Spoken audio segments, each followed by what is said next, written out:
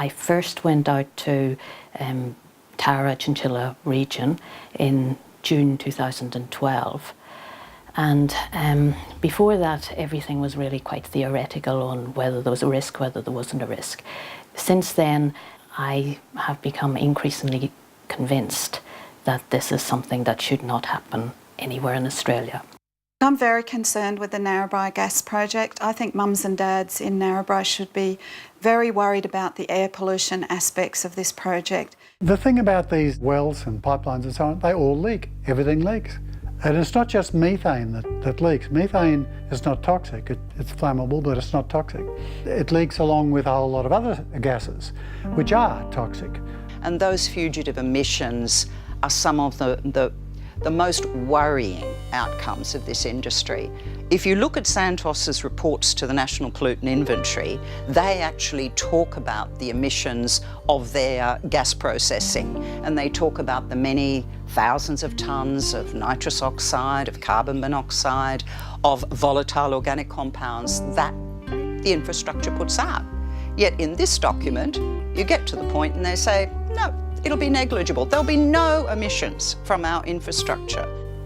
They didn't take account of what happens with the flares and the fact that there is up to 250 different toxic chemicals that are mobilised with the flares, and the fact that the flares also mobilise whatever's in the produce water.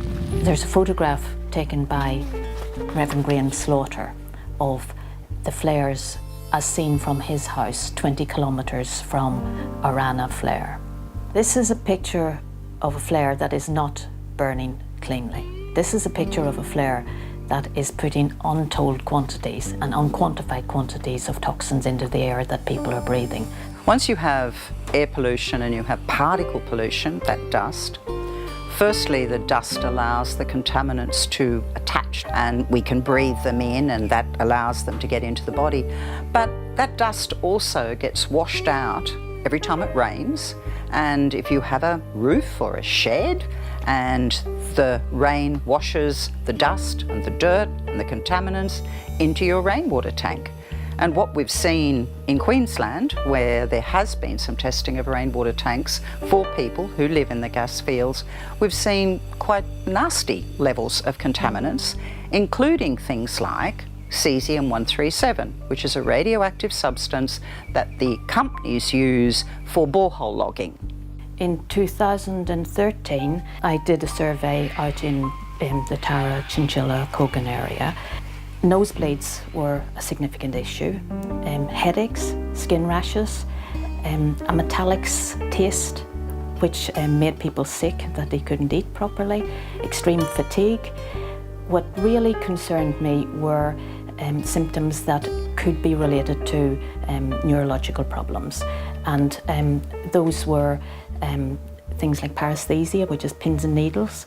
And what worried me most of all was that these were being reported in small children. The Nadov family lives right next to a gas vent, 70 metres away from their bedrooms.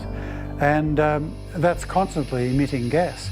You can put a FLIR camera on there and just see the gases coming up. And they constantly complain about illness, metallic taste in their mouth, constant headaches, vomiting and so on.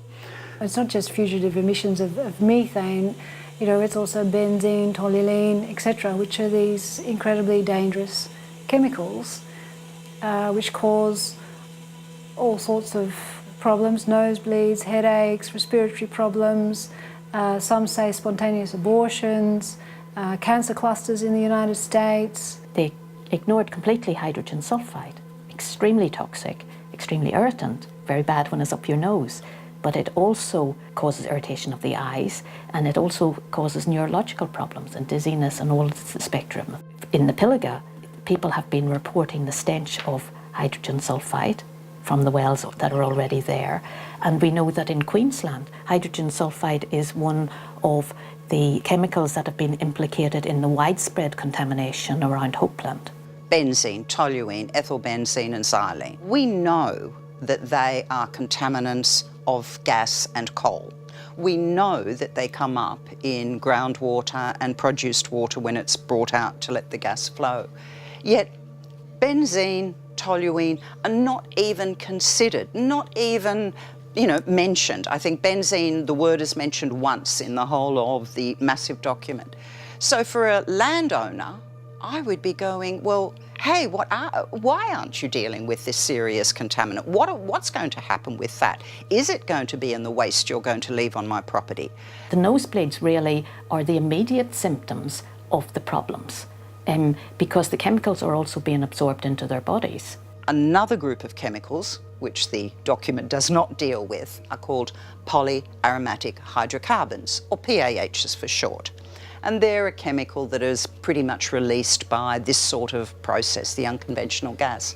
Now, we know children that are exposed to that in their young years or in utero have ongoing health problems pretty much for the rest of their life.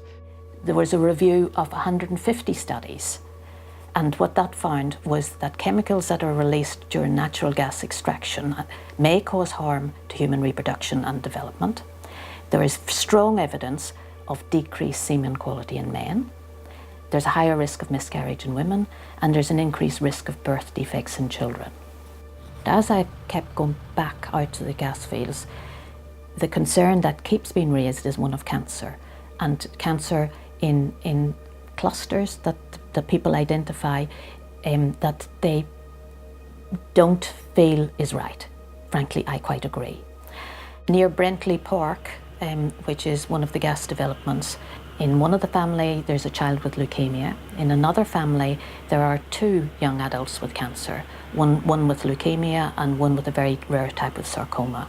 On the other side of Brentley Park there's a lane where there are 6 families, and there's cancer in 5 of the families. One of the very first concerns that was identified and was actually discussed in the Queensland Parliament was a cluster of pancreatic cancer. Now, pancreatic cancer you would expect would be something like 11 per 100,000 people. In this area, where about 50 people lived in an area about 10 kilometres, there were 3 people with pancreatic cancer. So with the pancreatic cancer, you don't recover from No, those 3 people are dead. My research was into the mental health outcomes of the incursion of coal seam gas into the agricultural areas in Queensland and New South Wales. If you individually look at some of the responses, the mental health of those farmers is distressing. What am I working for now? What am I working for when I have this storm on the horizon that is constantly encroaching? And if you dwell too much on it, then there's the tendency to lead you to despair. I had trouble sleeping because I would visualise the impacts 30 years into the future. And for me that was extremely scary, and I was seeing that imagery in my head all the time. How's it affected me? I think I've gone past the point where I can say it hasn't affected me. The police came? Oh yes, they were called. They were called. Friends called them because I threatened suicide. And they took your guns? All my weapon is gone, yes. I had a breakdown, which was a culmination of trying to get the government to make this EIS more user-friendly. A local politician saying it's going to go ahead. All of that put together sort of, to me, just pushed me over the edge, because it just showed that nobody was really showing any interest. Listen to us. Please, we have the proof. There's a huge health issue involved with this, and nobody wants to investigate it. They don't want to find it. They don't want to find it. If they find it, they've got to do something about it. The most tragic thing was the suicide of George Bender, who'd had over 10 years of this. But it happens to a lot of other people, and they finally give way. They knew that George was at a point of a stressful situation. They were very much aware of that. The appropriate steps for them should have been to back off, but they didn't. They came in and they went in harder and harder and harder. The feeling I had was utter hopelessness. The feeling I had was that the whole gas project, the whole gas industry, all my problems were just coming down, and I couldn't stop it. Just coming down underneath it. I just couldn't stop it. If you go to Google Maps, you can get a map of what the area around Chinchilla, Cogan, Dalby, Miles is like as is. And then if you superimpose the gas wells. The big question is, what did somebody think would happen? What did they expect in terms of collateral damage? I actually heard somebody say the other day that we're essentially being gassed to death.